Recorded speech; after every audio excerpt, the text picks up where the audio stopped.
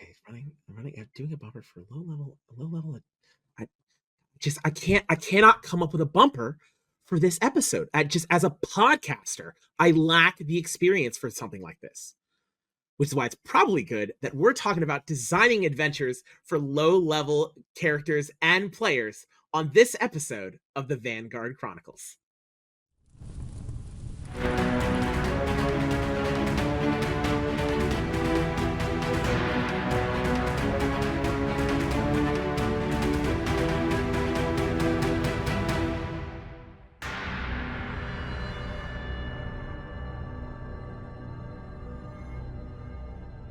Welcome, everyone, to the Vanguard Chronicles podcast, where we have an ongoing conversation into the creative process behind the Vanguard, our monthly crowdsourced D&D campaign. I'm one of the hosts and dungeon masters of the Vanguard, Nathan, also known as Spark Ascendant, and I'm joined as always by my co-host and fellow Vanguard DM, Shawn, aka General Grom. How's it going today, General? Oh, it's going great. We got a really fun one here, and it's something to celebrate. This is our 10th one. We hit a 10 episode milestone. I'm excited about it. It is a 10th episode celebration, in spite of the fact that 2 episodes in a row, the gods tried to stop us because we had to stop recording on 9 because Shawn had to, Ryan had to shelter in place, our producer. And then last we tried to record this a couple days ago, and my internet just went out for the night. So Yep. we have gone against nature to produce this podcast here, and by God, we hit episode 10. Yes, we've made it. We're gonna do it. It's gonna happen. And stay tuned, guys. It's a really good one. I'm really excited. So this time we're going to be talking about designing one-shots for low-level players. I think a really important topic for any kind of campaign like this, but and any kind of DMing advice in general. But before we get going, let's get some of the business out of the way and talk about some really exciting announcements we have. Shawn, why don't you talk to us about some of the endeavors we have going on with the charity? Well, we've joined forces with a charity called extralife.org. They support the Children's Hospital of Philadelphia through the Children's Miracle Network. We have a 50-50 raffle at every one of our events and a themed beer tap called Stonehard Ale. And the proceeds from that go directly to help children and their families have a sense of normalcy that they don't normally have during treatment. And it's something that I think we take for granted. We started the year with a goal of $1,000, and I am so happy and thrilled to say and announce that we have smashed that goal. And I believe we can aim higher. We are going to shoot for 2,000 by the end of the year. I think that's within our reach with your help. How do you help? Well, it's pretty simple. Go to the QR screen code and scan it on the screen. Also, go to the link in the description. You'll get more info. You can join our team. Every little bit really helps. It really, really does. And we will be eternally grateful. We've also partnered with Golden Alchemy Crafts to bring you something really special, I think. Exclusive dice trays inspired by the houses of the Vanguard. These are not just ordinary trays. They're really high quality. They're laser engraved with the logo in the middle. They're built to last. Grab yours and just know that every purchase supports our Extra Life team. We're rolling out something also, brand new t-shirts, emblazoned with a really, really cool design that we're all super happy about. Just screams Vanguard. The color is custom, and they're available in all kinds of sizes. Again, proceeds go directly to the charity. And lastly, something we're super thrilled about that I really am really thrilled about to announce that we have made a new alliance with Misty Mountain Gaming, the masters of some premium tabletop gear. They've given us a special code that you can use at checkout. Forget this, 10% off store-wide. That's awesome. The code is Vanguard, and it is on the screen. And not only will you gear up with some of the best RPG stuff out there, proceeds from your purchase go directly to help the charity. Everything we do is geared for this, so it really matters. So just help rally to the cause and spread the word of what the Vanguard is doing. I got my dice tray in the mail Nice. and was finally able to use it at our most recent Vanguard session, complete with, it says, you can't really pick it up on the camera, but it says Sentinel's Grace in there, which is, of course, Spark Ascendant's house. And, of course, it has the Vanguard on the back, but got a natural 20, so I'm just saying, gods are blessing it quite well. I do love my tray. Awesome. But anyway, I think it's time we start digging into our topic for today. Awesome. Let's do it. Cool. So we're a couple distinctions that we do want to make. We discussed a little bit how we wanted to exactly approach this because there's some overlapping details on this topic. So again, we're going to talk largely about designing one shots for low level players and low level characters. And there's kind of a distinction there that you might have picked up on me hearing, which is to say that there's a difference between a low level character and a low level player. Right. There's a definite distinction because we can design games. When you're designing a game for low level players, people with a little less experience in the game, there's a definitive challenge about not overloading them and making sure that they feel like they have variable choices and good choices they can make. But then you have experienced players who are playing low level characters. That's a completely different game. That's a completely different way to design it. And you can get a lot more creative, I think. Certainly. And that's why we kind of wanted to, we didn't really know how to approach it. And I think we largely wanted to dig into specifically designing it for lower level characters and that gameplay experience. But before we dig quite to that, we wanted to at least touch on some of the challenges that come from specifically when you're dealing with low level players, especially since as we run at the Vanguard, for which for those who this is again your first episode, is a monthly game where we and all of the other DMs each write their own unique one shot every single month to run for an entirely diverse group of players of all skill levels, of all experience levels. That provides a really unique challenge. And when you don't necessarily know what you're getting, if you're going to have higher level players, lower level players, you kind of need to have a level of flexibility in what you bring to your table for that presentation. And then, of course, if you're running something for your home game, I mean, presumably if you're listening to a D&D advice podcast, you want some advice on DMing and running, and that at least tells me you might have some lower level players and characters at your home game.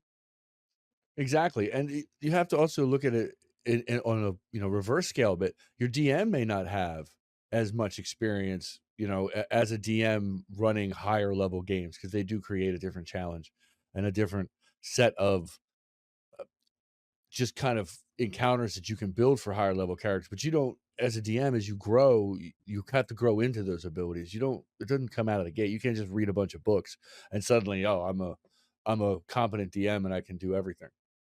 Not at all. In fact, you've just given me an idea for one of our later episodes, which will be, we talked about the first sessions with the Vanguard.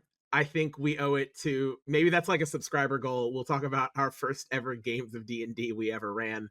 Yeah. I know I have a good anecdote from that, but to keep on topic here, let's start by talking about low level players specifically. Just a couple things to kind of set the tone, because I think it'll come into the conversation of low level characters. Sound good? Yeah, sounds great.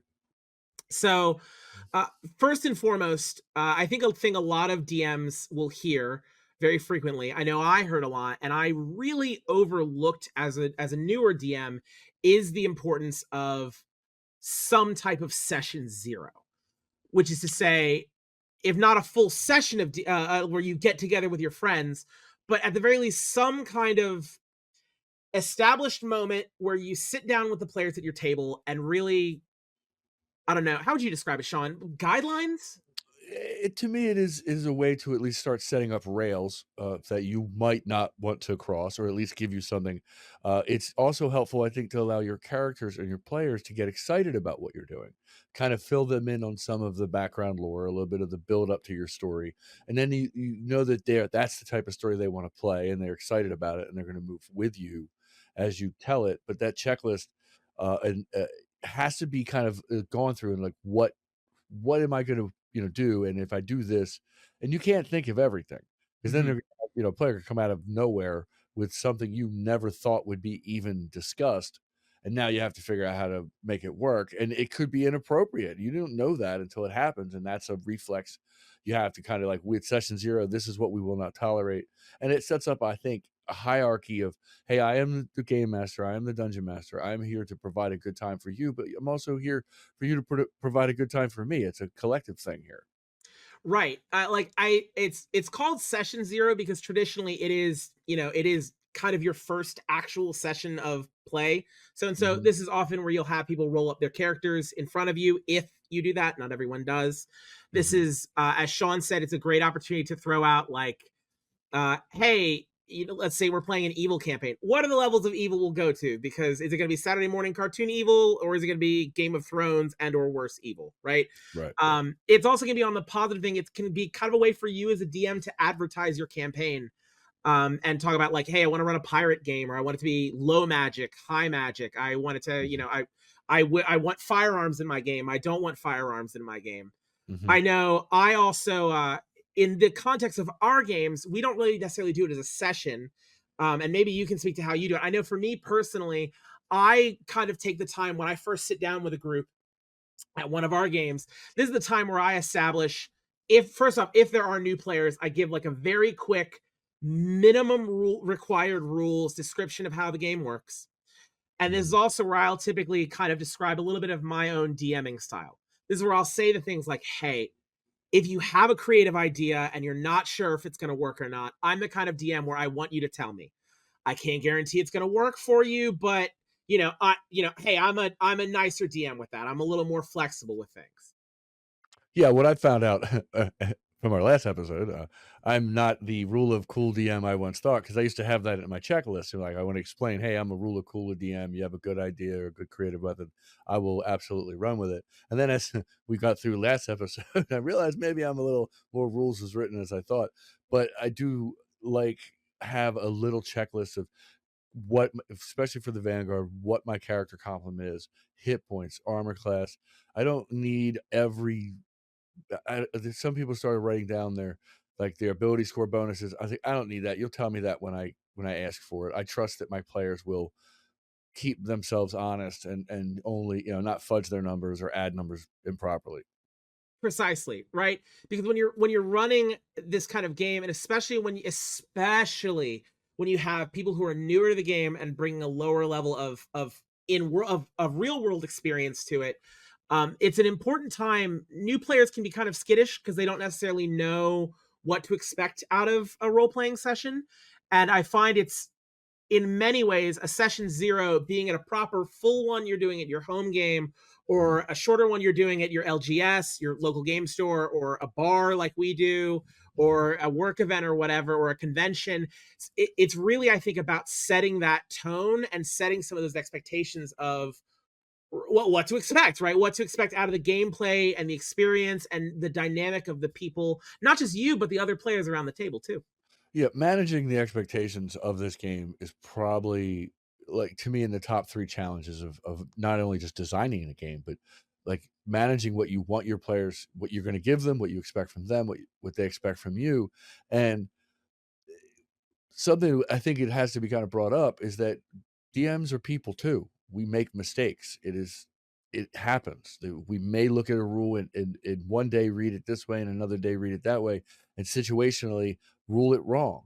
I suggest sometimes with my players, also in this checklist, is like to role play your way out of it. If it upsets you, and it's not intended by any stretch. I'm not trying to make anyone angry or upset at the game, but if it does happen, role play your way out of it, and that's usually the indicator as a DM that, oops, I think I messed something up, and I'm going to now use that role-playing moment to kind of get us back on track and solve what I didn't do right, at least Right. correct it for the moment.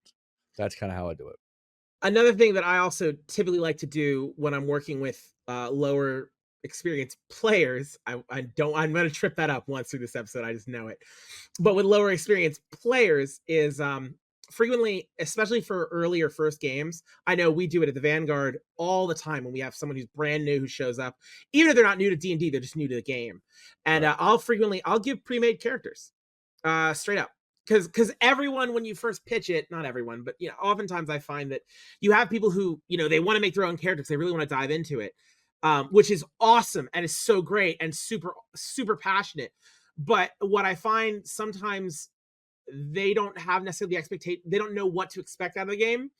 Right. And I know some people will argue that, like, oh, rolling up a character is easy, and I agree. I don't think it's a complicated process, but that's because I've been, running D&D for over 7 years. And I find that, giving a pre-made character and also giving the players some kind of cool constraints allows them to focus more on the role play elements and the learning the rules elements. And conversely, from a design aspect, from my side, very selfishly, it also gives me a little bit of control as to what to expect from the player characters in that upcoming session because, well, I handed you the sheet, so I know you don't have anything too crazy I can't handle. Exactly. You kind of almost backfill your story with in a way that your characters, you know what you're dealing with. I agree with you. Pre-made characters are great, and we use them. I think I can remember many times leading up to the event, we communicate with each other like, who's got pre-mades, how many you got? You gotta get 5 of them. Let's get 5. Everybody print up 5 pre-mades of third level wizard, a third level whatever. You can, for the most part, I would pick race, and because of the bonuses, I would race and class. But then after that, name. But you want it easier for your players, and that does help speed that process along, as your players now feel like, oh, I can get right in. And then what I like to do is I color code the important. Here's where your saving throws are. I do the Here's where same. so that when they sit down and you go, hey, I need you to make a wisdom saving throw. What's that? It's the blue section. Oh, okay. I know where to look. I mean, it makes it easier for them. And then it usually does not take very long for them to catch on to your color coding system. And then it does speed the game up and speed their enjoyment of and interactivity to the game. It even we'll talk a little bit later about providing potential solutions to your players, but even that, if I'm running a game for a set of new players, not even necessarily for the Vanguard, just in general, oftentimes if I am designing the session, I'll design the character sheets knowing the session's coming up, and so I'll design in there. I know if you ever go to like PAX Unplugged, there's been a couple times where I'll play like a demo, like a board game there. And some of the really cool demos I've played, they'll stack the deck, literally stack the deck with certain cards in the right sequence, because they'll know when they're teaching the rules of the game that, like, hey, okay, on this round, go ahead, draw a card. Now in this situation, how are you going to get out of this? Well, you might have just drawn a card that does that, right? And it kind of allows a way to tutorialize from a board game standpoint. And I take those same principles and put them into some of my pre-mades too. Again, giving me a way to kind of cater towards cool moments, because I know that my players have the tools to get around them, and then they don't use them and come up with better and way more interesting scenarios. Always right. But you also keeping it simple, we found that within the Vanguard, starting out with a simple rule set or a simple amount of choices made it easier for players, younger and less experienced players, to adapt to the game. They don't have so many choices to make. You give them too many choices, they just look at the sheet and they go, I don't even know what I'm looking at. And so they don't know what they can do, so they'll do the simplest things. But if you keep it simple, give them simple sets of, and not a lot of choices to make, I think it's easier for younger players or less experienced players to adapt. It definitely is. Well, Shawn, actually, at this point, we're kind of bracing up against it, I think, a lot. As we talk about designing some of these character sheets, both we do this a lot where we have topics that overlap. As we talk about kind of designing some of these character sheets and just prepping the player side of things for these sessions we have, let's pivot a little bit. Let's take this momentum and go from designing for low-level players to low-level characters, which again might mean that these are experienced players who just have weaker, lower level character sheets, specifically ones that are in Shawn. I'm gonna give you a softball. Shawn, have you heard of the tiers of play? I believe I have. Oh yeah. They're in. For anyone I who's believe they're on page 36 of the Dungeon Master's Guide. It's almost like we're looking at the same notes. Amazing. For anyone who doesn't know, if you're a rookie DM, if you're new to any of this, I think one of the most actually underlooked and underutilized books in the core books given for D&D, I know because I underutilize it myself and I always find more cool stuff in it, is the Dungeon Master's Guide. And when we talk about the tiers of play, to really more distinguish what we mean when we say low-level characters, is if you look on page 36, there's a section where they talk about these tiers being kind of like the tiers of where heroes may be in their story, where characters may be in their story as they level up. Right. And in those early levels there, the DMG refers to them as local heroes, right? Right. At level 1 through 4, you're not saving the world. You're not Captain America, not even a little bit. Yeah. You might be Steve Rogers, kid from Brooklyn, but you're not Cap, right? You might be Tony Stark in a cave with a box of scraps, but you're not Iron Man yet, Right. right? You're saving a village, not the world. Correct. It You're make killing rats. right, spiders and but again, there are ways to make them those type of games still fun and creative and still push the level of what little skills they have. You still want to push them to make them use them creatively. Exactly. And actually, well, why don't we? So let's kick it off proper. So Shawn, you have a new session of the Nathan? Vanguard. Yeah, you have a new session of the Vanguard coming up, and or even not even for a session of the Vanguard for your home game. You know you're going to be running a game, and you Right. reliably believe that you are going to have some low tier of play, tier one, local hero level Mhm. characters in your session, or almost all local heroes. Um, where do you start when you're designing an adventure like this? Well, for me, a lot of my start, especially with the Vanguard, I like to kind of start to think about what my bad guy is doing. What is his course of actions over the time leading up to the adventure, through the adventure, and to the end of the adventure, and then designing things around his or her machinations, their machinations, to create encounters that build up to a solution or build up to a moment. But I do also like to write them in a much because I did a lot of script writing and studied it a lot in school, is to do a 3-act structure, a 3-act play structure where the beginning is a lot more exposition dump, a little bit of lore, a little bit of setup, and then you hit them with the moment of call to action, and act two takes them into the meat of the story that you're doing. And then from there, I like to make the climax of that act, the end of that leads to act three, which is the resolution, and in some cases can be an epilogue, and you can tell players that there's more to go on at the end of this if we get there and we have time. Right. It with me, I think it's kind of interesting how I think you and I approach things from a slightly different angle, but I think we weirdly kind of hit at some of the same point. God, I'm sorry, a fly landed on me mid recording. I have live recording, folks. Uh, a boss battle hit me because funnily enough, because I think you and I kind of approach things from a similar angle or sorry, from different angles of the same problem. Because I find that you kind of lay out this 3-act structure, and you kind of it almost feels like you build the story culminating to your key moments. I'm the complete opposite. I start at the key cool moment, and then I build outwards from there. Fair enough. Fair enough. I think I've talked before in probably our episode talking about the very first session we designed for the Vanguard. Like me, I will preach time and again.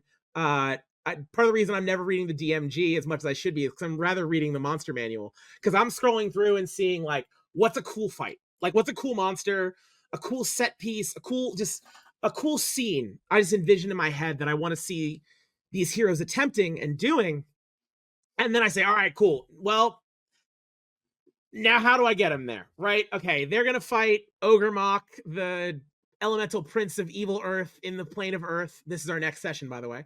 And are with our like level 7 characters. And cool. All right, now how do I justify and get it to the point where they are in the plane of earth doing this, right? I build everything around that to get to those really cool, really memorable moments.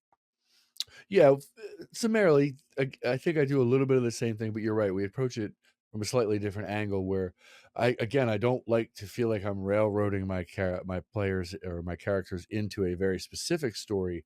I do build into it more randomness, but I do want my encounters because we are basing this on time and we only have so much time to get through the event. And in our meetings, and we do have DM meetings. Some people may think we don't, but we do. We have meetings all the time, and a lot of those meetings we are just discussing how do you balance your adventure that you just wrote.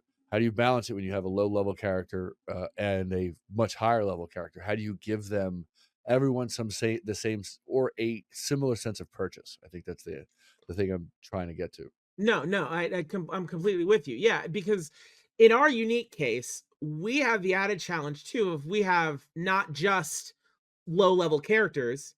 It's we might have 3 low level characters and 1 high level character, and so that's an entirely different balancing challenge that we personally have to meet. But even in just a home game, still you get I'll say right now, one of the big flaws, certainly when I was also newer to DMing too, one of the big flaws with my approach that I'll own up to is you get lost in the sauce, like looking at all these super cool badass monsters, like oh, it's the Beholder, and it's Ogremok, and it's a dragon, and it's all this dope stuff. And then your players got to use a grappling hook to climb 10 feet, and you're like, all right, well, how do I scale this down? Right. What are some of the approaches that you can think of or that you like to take for even just doing that level of balance?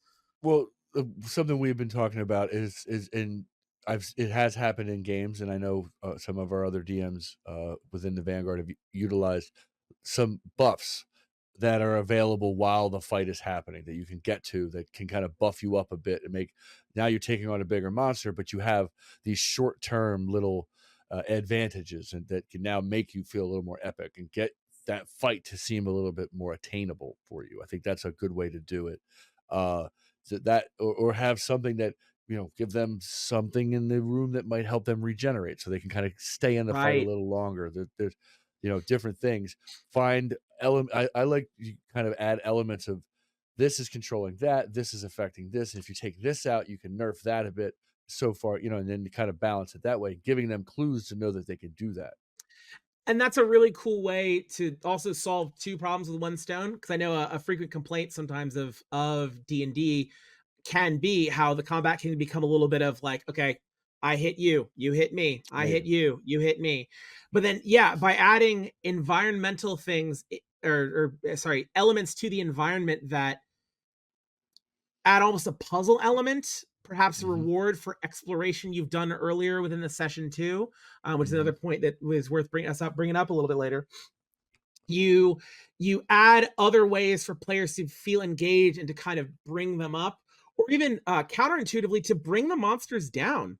A beautiful example of this isn't even unique to us. Anyone who's read the Rise of Tiamat campaign published by Wizards of the Coast, at least in the original version. I can't speak to the most updated one, but I imagine they didn't change it. I know that the final battle with Tiamat, literally like the god of chromatic dragons, I think she's a CR 25 and Hmm. not meant to be beaten easily. And they even say that in the rule book. But a key element they have is there's, I think, side quests you do along the way, and along the quest itself to weaken her. And even in the battle itself, I believe there are elements to a ritual to complete that are all meant to make her an actual winnable fight. Because in that case, you're dealing with level 20 characters who are still not meant to be able to take her on Right. without doing these kinds of buffs. So by doing this at a low level, you're prepping yourself to be able to do it at an even higher level. Absolutely. I'm actually in my home game. I am playing Rise of Tiamat right now, and we haven't gotten to that fight yet. We're a Sorry, spoiler little, alert. no, we're a little a ways away from it, but that's and I've read it, so I'm familiar with it. But you're right that there are things that are happening in that adventure that you can set up for later. And in designing one shots, you have the same ability where you give them something. Uh, Here's a great example as a buff. You would have like crystals in a cave or fungi that they can eat that would help them maybe do double damage or create a simulacrum. These are type of fun ways that you as the fight's going on, your players are making their ways and try to get these little buffs, and that can be a challenge in itself that's fun. Sever their telepathic link to the mastermind controlling them, or put them into a state of blindness or confusion.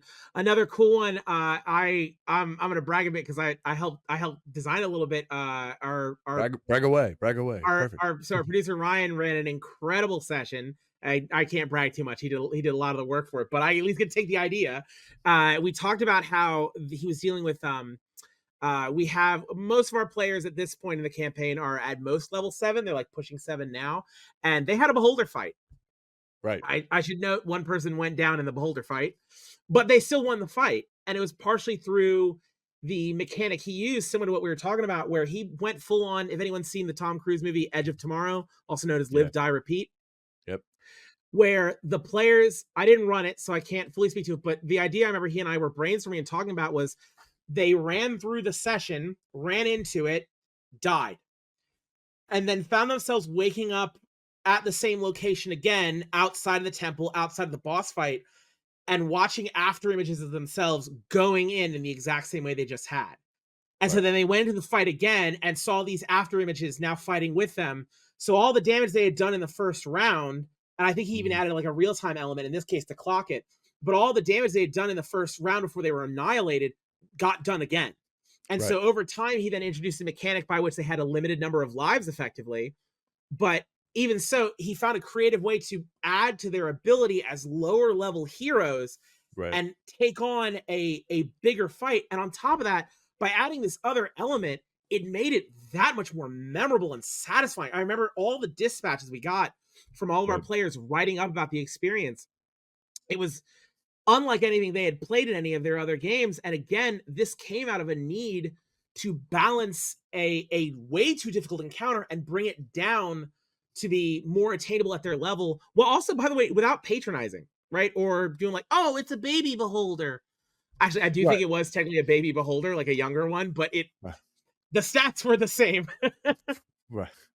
Yeah, the idea, Brian has just put in our chat, no. But okay, no, it was not a baby beholder. Okay, cool. Not baby. But that's, again, you want your players to feel epic, and you want the fact that they've done something in an epic way, and that's a great way to do it, to kind of balance your disparity in levels, but even when you're playing a really fun, a fun encounter, because you just want to play a fun monster. Yeah, I've taken one of my favorite ones is the Death Tyrant, and I've used the Death Tyrant, which is a spinoff of the Beholder, and it's a little different because it doesn't have the anti-magic. That the eye is different for it, and it's a kind of slightly less dangerous version of a Beholder in a Death Tyrant. I don't know. My characters at that point were pretty high level, so that they took it on and had a lot of fun with it. So yeah. And to be clear, you don't necessarily, we're talking from one end of the spectrum, right? Of taking something that's really challenging and bringing it down in line. But I think another important thing to consider is, I'm trying to think of a really good example. The good movie, I think illustrates it. There's a horror film by the name of It Follows, if anyone is not aware of it. It Follows is a super creepy movie, and it is the short version is, it is this creature that continues to just follow you. The camera constantly pans around, and all you'll know is only people who are affected by the creature can see it, and it'll just appear as someone who's shapeshifted, slowly walking towards you. I bring this up because it's not unstoppable killer Michael Myers. It is unstoppable, but like it's not Leatherface with a chainsaw running crazy. It's not, Michael Myers. It's not Dream Nightmare Bloody Freddy. It's not the Xenomorph. It's not any of these. It's just this thing that follows you, right? And I bring this up because I think it shows an example of how it doesn't have to be the world ending and the huge, ginormous threat, blue laser to the sky threat to be threatening when you consider challenges based on scale. Another way to put it is, we're talking right now about taking things at the higher level and bringing them down. But if run properly, you can go the exact opposite direction and take the lower level and the more mundane things that, we as DMs from the bird's eye view think that's not interesting, and make it really interesting and challenging. A simple locked door, like heroes at townfolk level are just above your average person, right? They might be a bit of a well-trained athlete. They know one or two spells. Put a locked door in front of them and just see how they handle it. Right. The locked door is always fun because it seems simple. It seems so simple, but it can be an element of frustration that you watch your players just kind of bang their head against it. I find it somewhat amusing. Sometimes literally banging against the door. Right. I find it just so amusing in that. And you got to, also, and we can kind of transition a little bit more into the pillars of play. And that's something that I think come into it when you're designing your games and exactly where you want them to kind of fill out. And I think we can talk a little bit about the three different, the three pillars of play. Well, yeah, because I think it hits that point really well. So for anyone who doesn't know, we talked about the tiers of play, which is kind of the levels of where characters are. But the pillars of play, they're in the player's handbook. I think they're in DMG. I think page 6. I'm confident it's in the DMG. I'm also confident it's in the player's handbook. when we talk about the pillars of play for, I think it's both for RPGs and for D&D, we're talking about role play, exploration, and combat. And I think, especially when you're designing from even the bottom up, all of Mhm. those are avenues for you to create cool moments for your players.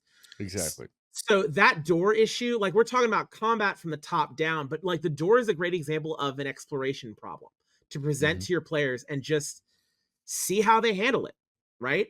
And if you want a good example of it, literally, Critical Role gets mentioned in every D&D podcast from here to the sun, but like it's literally a meme from their first campaign, even mentioned in like their animated show, Vox Machina.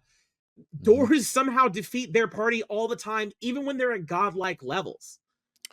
Yeah, that's kind of funny. I find that to be, and I think every table has that in their game. I think as the games progress and over time, that shared failure or that shared success is what I think players latch onto, and they become those funny moments, almost self-memeing your game because you know there's going to be something that it's just going to be that thing. You know, what I mean, uh, Precisely.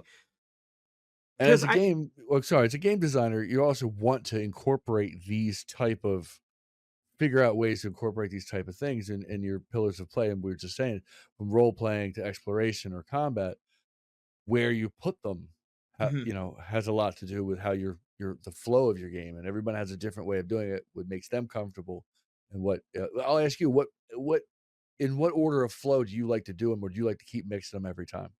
well, we're talking specifically like how I put these moments out. Mm-hmm. Well, it's actually kind of cool you say that. So when I design, it depends from session to session and adventure to adventure, but I try to take a modular approach to things. Right, I'm a Okay. programmer, and we talk about modularization a lot, breaking code in bigger problems into smaller ones. So Right. I think I like to do a lot is, I know DMs, some can get really touchy about changing things up, and cheating in a way. But one of the most basic ways of how you can quote unquote cheat is to quite simply just change up your layout of what you have planned in a given session. What I mean by that is, you design an exploration encounter, design a combat encounter, design a role play encounter, design extra encounters. It all of them in some way feeding towards what it is in your long goals for your adventure, and then present them to your players. Maybe have your start one and your finish one, and then present them based on the order as they're pertaining to and important to and most beneficial to the session you are having at your table. So what do I mean by that? If the players take 8 years to explore one room looking for a clue that will help them get past a door down the hallway, and the clue is not in that room, and there are 3 other rooms they need to get through before they get to the clue room, that's okay. You know what? Those other rooms are blocked off, or maybe you hadn't described them yet. So when they walk through the hall, they won't see those rooms. Right. And put that clue in this room here. It doesn't functionally matter to the actual to the player's experience in a negative way, but it does impact the flow of your game. If now, like, all right, well, the players have stalled out and they're digging and trying to find some kind of information that you didn't initially put it there, but simply by putting it there in that space, again, you allow them to have the triumphant moment of, oh, I found it and it's right where I thought it was, even though it wasn't originally. Right. And you empower them in that way without it actually impacting and dragging out the flow of the game and negatively impacting the story you're trying to tell in that moment. Yeah, reading a player's reading the table is an essential element in finding pace and making your pace, improving your pace, slowing it down, speeding it up, seeing how your players, if they're struggling, and the thing they want to find, you need them to find. First of all, I also don't like to make one thing be the thing they have to find. I like it to be two or three things. So if they find something in the beginning and something in the middle and something towards the end, they'll start to piece it together, and then this is the thing that's going to get us through the door, or this is the thing I've been looking for, and I've been describing it in like 4 different ways at 4 different places. So now that finally that explanation pays off, and that's what you're trying to do, is lead them to it without pushing them there. It is up to them. Precisely. Because I think one of the things we keep getting at here in a roundabout way is, your descriptions and what you do as a DM really boosts and enables some of these moments that when you're planning it and you're nervous because I've not really run before, I don't know if the players are going to like what I'm doing. You as the DM hold a lot of the power to make the like seemingly normal moments badass, Right. right? The moment where they pull open a drawer because they're searching and like, oh, like, and as you pull it out, you see as you kind of like you're ready to close the door, you just kind of defeat it, and then you're like, wait a minute, and you pull it out. I try to always envision the movie moments, right? And like, Right. how would I see this in the movie? And it sounds corny, but it really does work as a framework for how to take these smaller things and make them really stand out. And again, keep that story moving and keep it flowing. That's why. Oh, go ahead. Go ahead. It is important to kind of capture that cinematic moment if you can, and the way you describe it is so important in building that up. And think of it, and I try to think of it as a movie. I try to think of it as if I was watching this on the screen, what would be the coolest part of it? What would really build up to that badass moment? And try to focus. I watch films now much differently since I've been DMing so much and writing so much and creating so much for this. I watch films like, how can I incorporate that cool moment in that film? How do I find a way to make that actually work in a game? And that's Right. hard. It's not the easiest thing to do. And in doing so, but by mastering that, craft it, and walking that tightrope, again, you make it you make it so that players who are potentially coming to the table and feeling like, oh, my character, doesn't have the cool spells or can't do this as much, right? They're this lower level. I love the wording in the DMG specifically for the local hero tier of play. I think you literally use the word they're heroes with potential. I I Right. could be misquoting that. And I think it doing things in this manner allows you to highlight that potential, right? To effectively describe the moment where their character realizes, oh, like I can do this. You control not just the flow of the story. Well, you control the flow in a couple different ways, right? Both in the grander scale of their story, while also literally controlling the flow of the story being told at the table. Because I know certainly for us, right, we have to control the time flow based on what Right. we're doing for the Vanguard. We since we run out of a public space, we have to deal with closing time. All Right. the bartenders and all the staff, they have to close up shop. And actually, even with this modular approach, it allows you to control the flow of time a lot more too. As simply like, session's running too long, we've kind of stalled out a little bit. You know what? We don't need to do the third combat. We don't need the puzzle. The door's unlocked. It's fine. You guys have worked hard enough. Let's get on to the Right. cool moments and really dig in and start to have some of that fun. Absolutely. And the process of in our games especially is the ability to say, okay, I may have built 5 things. I don't need all 5. I'll pull two of them out because they're running out of time. This is unnecessary. And again, not try to have everything build up to one particular point, but you have your the certain things that are going to happen, you need to happen. And I find it again, time is a very manipulated thing in our games because of we have to close at some point. Right. And we've been talking about this a lot, and clearly, as I think I say literally every episode, I gotta find new like transition phrases. But we're not the only ones who can talk about this a lot. And actually, Yeah. in our doing our research here, before we go on to a little bit later, I think you and I are both going to talk about some of our example low level sessions we've run before. Mhm. I wanted to quick give people through some of my research, some of the resources that I know we found that are helpful if you're trying to design sessions, not just for low level players, but in general, right? Um, First, literally one I just gave to a new DM running at the Vanguard this past month, and I've mentioned it before.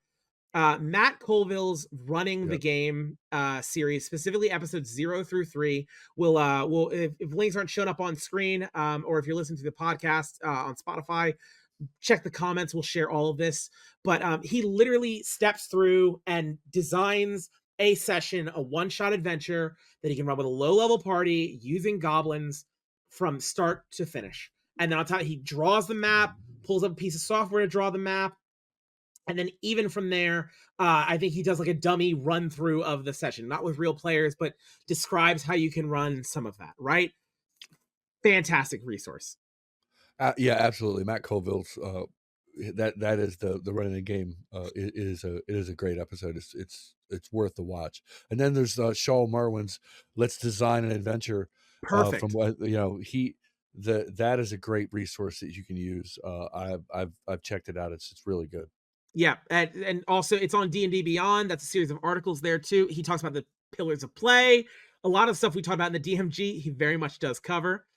Another one, we talked about the DMG. Shawn, have you used the adventure types in the DMG? Can't say I have. I've looked at them, but I don't think I've really kind of incorporated them yet.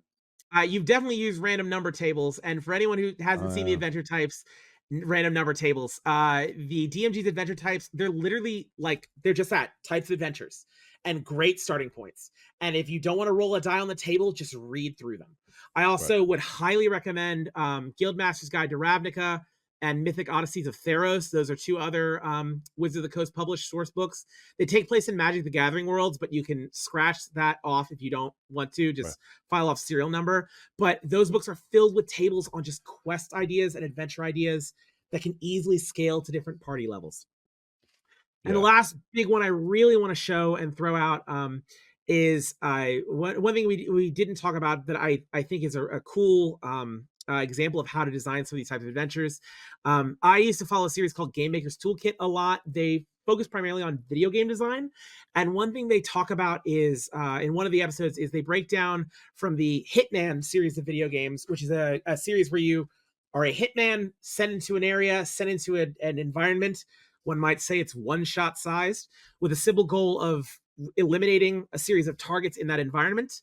A game where they give you and design a solution, design a world, design potential solutions to the problem, and then leave you free to just go about. I think they are honestly they're kind of D&D one shots in a way, and I have tried to model some of my one shots off of how they design it. And I think some of the principles the designers he interviews in his video on making Hitman 2's best level are right. fantastic principles you can bring into this, not just for low level players, but just for designing any kind of adventure in general. I think it's a really good resource.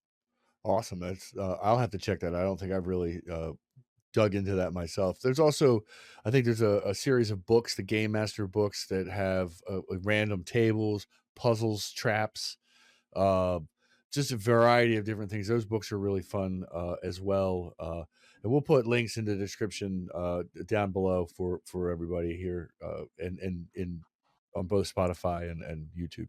And our other platforms as well. Yeah, So absolutely. cool. Well, we've teased it enough. Those are other people. If you're tired of hearing from us, but I certainly hope you're not. As at this point, Shawn, we like to come with receipts. Let's talk about how we've put some of these principles in just some of our own personal designs. I have one I've used in my home games, and you have one that you've used specifically with the Vanguard. Which, by the way, means that your adventure can be found on vanguardguild.fandom.com, where we post all of the write-ups and all the descriptions of our one shots that we run, and also where all of our players will post their dispatches and their write-ups of the adventures after having gone through them. So why don't you give me your take and describe to me some of the design process that went into the missing scholar? When I yeah, absolutely. When I started this, when I came up with the idea of the missing scholar, it's interesting for me is because I did think of it. And I started to write it as a 3-act play, but I also started to write it as a 3-adventure kind of trilogy to drag a story out, and then we started to talk, and it's not a spoiler because everyone knows, it leads up this is the beginning of a story that led up to where Neuraxis, the weapon that we've been looking for, is. And so when I started it, I tapped into some of the, already written stuff, that we had already put together, and this basic story starts, I'll do it in a quick, too long didn't read. Uh, the Vanguard received a coded message from Warden Galen uh, in the Misty Forest and asked us to investigate. What he had found was a temple that wasn't there. Now it's there. It just showed up, and but it was been hidden, and all the glyphs and records they had found out about it, it belonged to a group called the Zephyrians, and they were an ancient civilization that was really intelligent and had vanished almost a millennia ago. and they are known for these relics of extremely historical and cultural significance. So I started to lay groundwork from the beginning that uh, at this point we did not know we had an adversary, but that no one knew who they were, and this arrival of this particular temple made everyone nervous that potentially these artifacts that they're there could be taken. So Right, that because was this was really early in the tale and the story of the Vanguard, right? very, yeah, very much in the beginning of the story. So I wanted to figure out a way to get it up and going and feeling like they could, my players would get invested quickly. So it starts off where they are standing outside the mansion nestled within Waterdeep, and it belonged to the last known Zephyrian scholar, Varix Uthari. He's renowned knowledge of all the city's history and culture. He has gone missing. Their distraught butler, Percival Atwater, uh, quickly rushes the group inside and starts to explain what's going on. That is the first tip. Then I led it into that there was a letter that they found in a desk, and I could create some investigation. So they're figuring out, because basically the room he was taken from is Mhm. all like knocked down and has been ransacked. So something went down. So now the party has some reason to go look. They find So a these are letter. our initial hooks to just kinda get us in and Right. get us driving, get us started, give that clear Exactly. prompt to our players like, "Alright, here, go." Right. And so that's the beginning of Act 1, is to lead us through this. This is the situation. This is what's happening. We have to go figure out what happened to the missing scholar.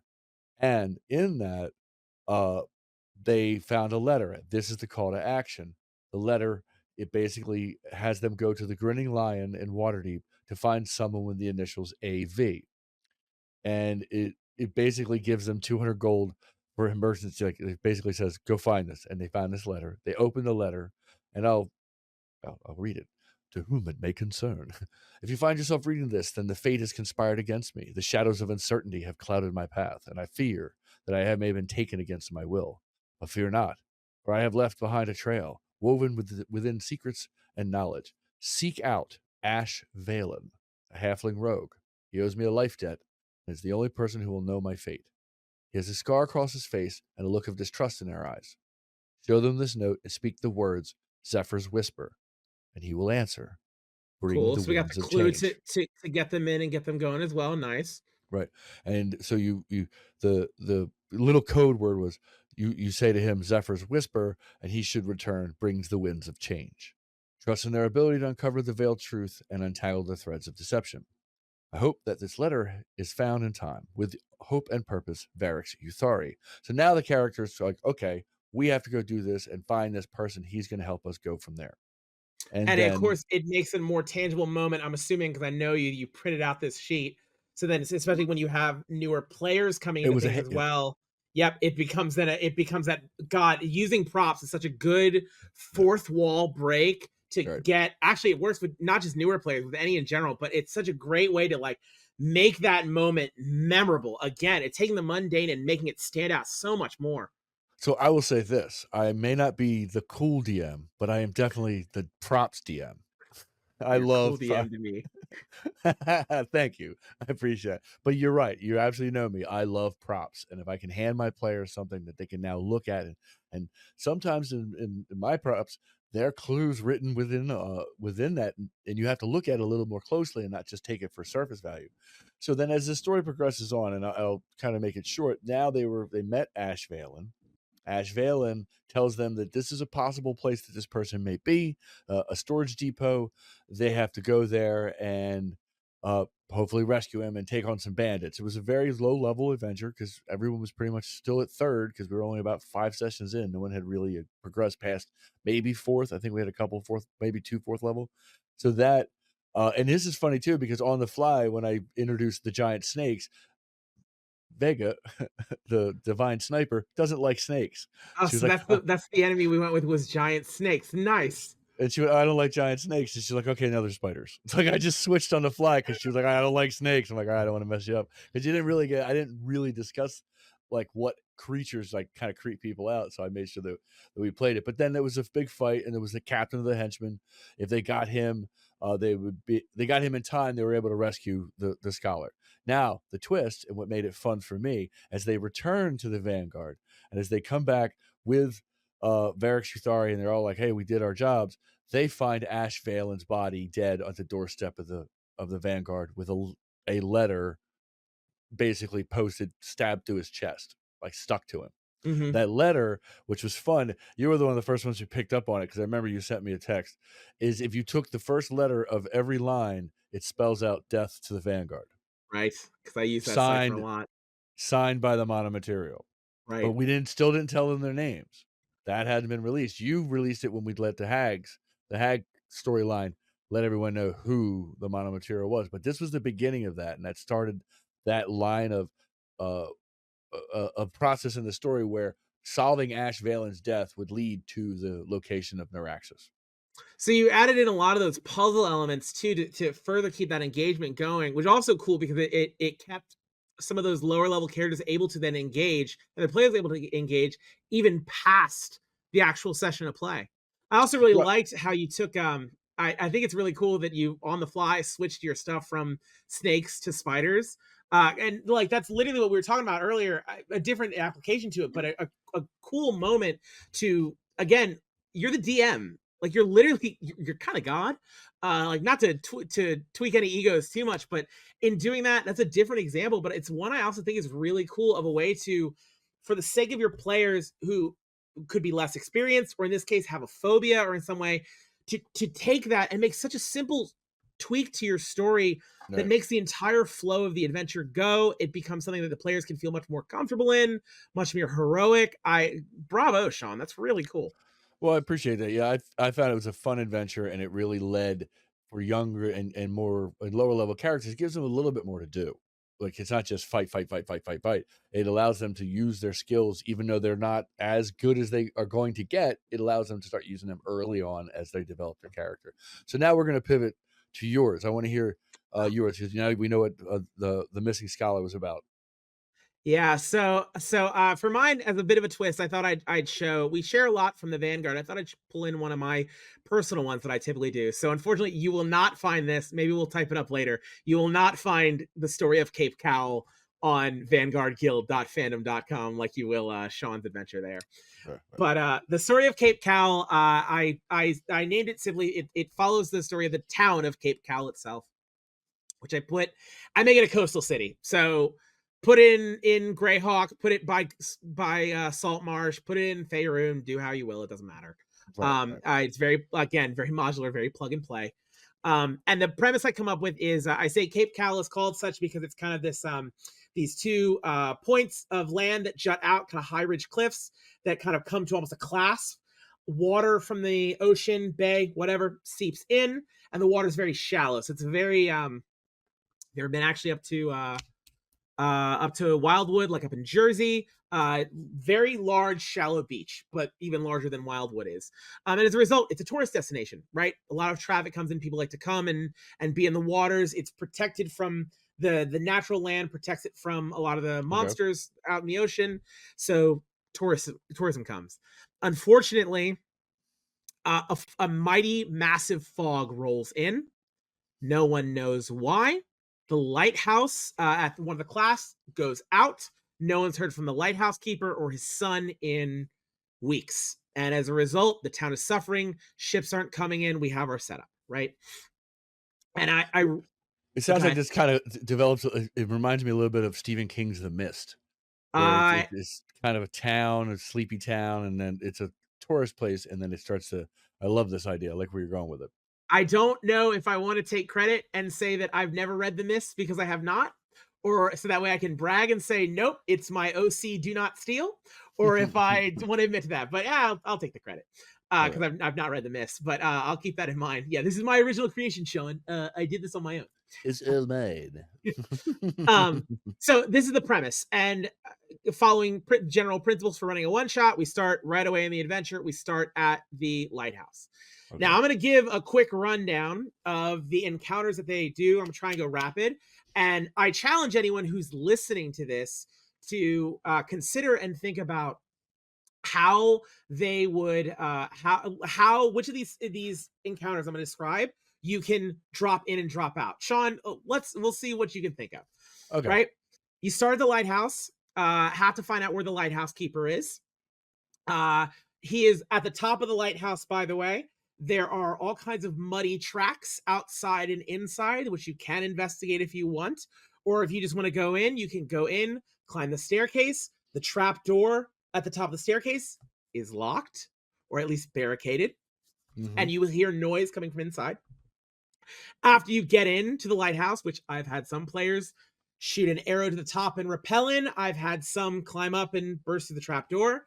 The lighthouse keeper is a spindly old man who's very confused, kind of feathery voice, and I'm not sure what's happening. Inside of the wardrobe, he also does attack the players for like a D4 of damage with a frying pan. They will talk to him, interact with him, calm him down if need be, hint, hint, hint. And then he'll tell them how to work the lighthouse if it's not a puzzle. On working the lighthouse, it will turn on and we'll see the light points towards a barge in the middle of the bed, just off from Cape Cowl. The players will then borrow a lifeboat, a raft, travel out through shark-infested or not shark-infested waters. Okay. Depending on your time. Get to the barge, which itself is an amalgamation of shipwrecked ships frozen together. Okay. They will make their ways through the halls of the barge, or not. Get to a prisoner room with a big battle. In that prisoner room, there is a imprisoned Sahuagin, which is like a shark person that may or may not know the sharks that are outside. The enemies they fight, by the way, are Kuatoa, because I'm not going to get into it right now, but the lore on Kuatoa, read them in the monster manual. They're fucking great. And this culminates in the Kuatoa are worshiping a young white dragon. And so you have your boss battle, by the way, with a potential ally of the Sahuagin against the young white dragon. Now, Shawn, you tell me right away what can be cut or removed from that adventure to be modular, adjust to the time, and to potentially balance a white dragon fight at the very end, too. Because I dropped a couple in there. Yeah, there's quite a bit going on in this one, so I'll do my best here. I mean, obviously, the shark-infested waters you can kind of pull that back, not make it as dramatic. That's you can make the barge closer, so it's not as much of a travel. There's some things you can truncate in those areas. Slow down, maybe not have as many. Or you could also, I don't know if you'd want to take out the Sahuagin or the Koatoa if you want to remove something battle wise leading up to your white dragon. Now you're saying it's an adult white dragon or young white dragon? It is. Young. This is for still young, level 3, right? Level 4. Okay, so yeah, if there you could, yeah, I would maybe put some buffs or something, especially for depending on what type of dragon it was, to make to not say nerf it, but at least temper his breath weapon. Or give them some boon or a buff that'll allow your players to do a little bit more damage to whatever damage type it may be vulnerable to. There's a couple of different parts of that you can do.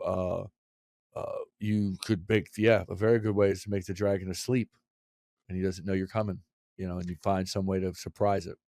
Precisely. You see, like, this entire adventure is designed such that, much like the Ruddy Moines, which I think I talked about in that episode where we discussed our first session we ran for the Vanguard, these two, for the longest time, have been my main go-to adventures. And you see how a lot of the principles we discuss here, I put in there. Because, all of this is able to be remixed to make it easier or more difficult. It has moments of role play, be it talking down the lighthouse keeper, or I've had people speak with animals to the sharks, or breaking through the trap door, or the battle with the Kuatoa, role playing with the Sahuagin after exploring and finding him and getting him as an ally to then aid in the fight against the dragon. Like, all of these are different tools and seeds kind of left around that I can push in and highlight more, or pull out and remove if they're not needed. It's entirely designed specifically for that purpose, and it's why I run it all the time. No, that's a great way to do it, really. kudos on your design theory. I think it's something that other DMs, if you're listening, can find flow to and say, oh, that's a great way to do it. Approach these a story where I can pull, make it modular. And then if all else fails, just throw a ledger in the end of it, and somebody Yes. will go nuts. Throw a ledger or clue to something else. Just throw a ledger in, if all else fails. Well, we covered so much. Truly, I'd love to get more feedback on this from any of our listeners or viewers. We really put a lot of effort, I think, into this one to try and share so much advice. Shawn and I don't just do it because we like talking. That's like 90%. But the other 10% is we do hope that this is found helpful and entertaining by those who listen to it. That's partially why, actually, for our question of the episode this time, I'd like to know, taking either Shawn's scenario or mine, what are ways that players or DMs can think of in which either of our two sessions can be remixed or tweaked in some way to make it easier, harder, or in some way more engaging, specifically for lower level players? If you were to take either of our adventures and change and co-op them for your own use, what are things you can take from some of those to either add to your own or change ours if you want to run them yourselves? I'd like to see that so I can steal it for the next time I run it. There you go. As they say, plagiarism is when you copy one person. When you copy 12 people, it's research. Yep, that's That's very the good. difference. Yes. So So go go ahead. ahead. Well, I was gonna say, well, truly, I think for next topic, since we've also been talking about how we run our stuff both at the table and at our home tables, and also the Vanguard as well, I think a topic that does come up a lot for a lot of DMs, is specifically new DMs who are a little bit more nervous about creating a cool moment, is we're gonna talk a little bit about theater of the mind and also running with minis. Some of the pros, some of the cons, some of the stuff that we do and what we've learned in running both these styles is we've definitely run both these styles. Yeah, definitely. I think it's open to all of our DMs to run what makes them the most comfortable. I started out a little bit more theater of the mind, then I kind of migrated into battles, maps, and then now I've gotten into terrain building, and now we have, from here at the Vanguard, we have our quartermaster, Martin, who can print pretty much anything we need that we want, and I think that's great. We do come up with some really cool sets that I think our players absolutely enjoy, but it's not mandatory, and I think our next episode we're going to discuss again pros and cons, but the value of both. Right, because I started D&D in college, so I didn't have the budget for anything but theater of the mind. So Absolutely. So yeah, like, comment, subscribe, hit the notification so you know when the episode drops. All that stuff really helps. It's been a fun episode. yeah, I've had a blast, and as always, yeah, please send feedback and send some of those comments. Answer the question, because I guarantee we do read everyone. And Shawn, I continue to have a blast on this ride with you, my guy. Absolutely, my friend. This has been fun, and everyone, thanks for listening, thanks for watching, and we'll see you on the next one. See you, everybody.